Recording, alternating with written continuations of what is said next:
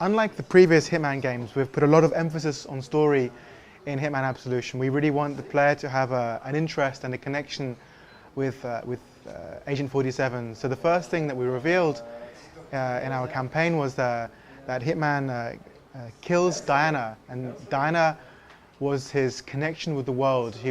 She was his handler for the agency, the ICA, and by killing her, this separates Hitman for the first time, and he has to operate in a different way. And so for the first time, rather than the mission briefing and completing missions game style of the previous games, we have a very story-driven experience in Hitman Absolution.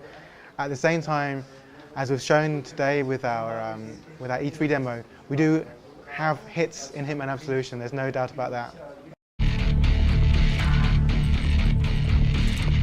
We really want to make sure that there's many ways to do the same thing. We think it's a bit boring just to have one way to do something. So what we're showing with the King of Chinatown, with our E3 level, is that you have the freedom of choice to do whatever you want to do. In fact, you can walk up to the King of Chinatown and you can kill him with your bare hands, or you could throw a knife at his head, or you could throw a petrol can close to him and shoot it and cause an explosion, or you can blow up his car with explosives.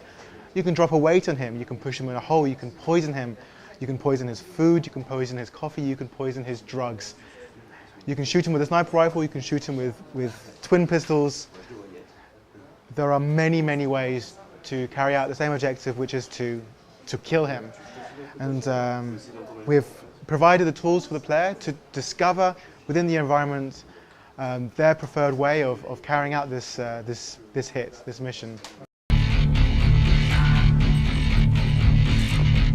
We've put a lot of effort into our new engine and into our crowd technology, and what we're showing today is one of our smaller crowds. We're showing 500 crowd members walking around the Chinatown simultaneously. But it's not just graphics, it's not just something that looks nice. In fact, we've also put a lot of effort into the gameplay of the crowds, and what we have this time is that if Agent 47 is being hunted by the police, Hitman can actually hide within the crowd. So if there are many crowd members, Hitman can walk among them, and Hitman can remain hidden from them.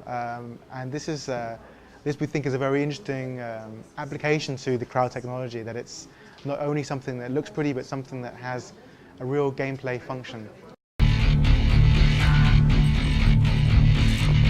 So we know that because we offer a lot of freedom, we know that many different things can happen. So we offer the freedom to the player to kill every single person in the crowd if they want to, but the thing is they'll be punished for that with a score. Their score will drop, and also their ranking, because we're showing today that score and ranking are constantly shown on screen and constantly changing. In fact, everything you do the game calculates and responds to, and that will modify your score.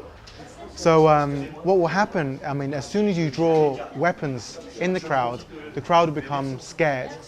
And if a policeman sees you, the policeman will try to stop you, and if you don't stop, then he'll start to shoot at you. So, once the police start firing, then they'll call for backup, more police will arrive, eventually the SWATs will arrive, and all the crowd will flee.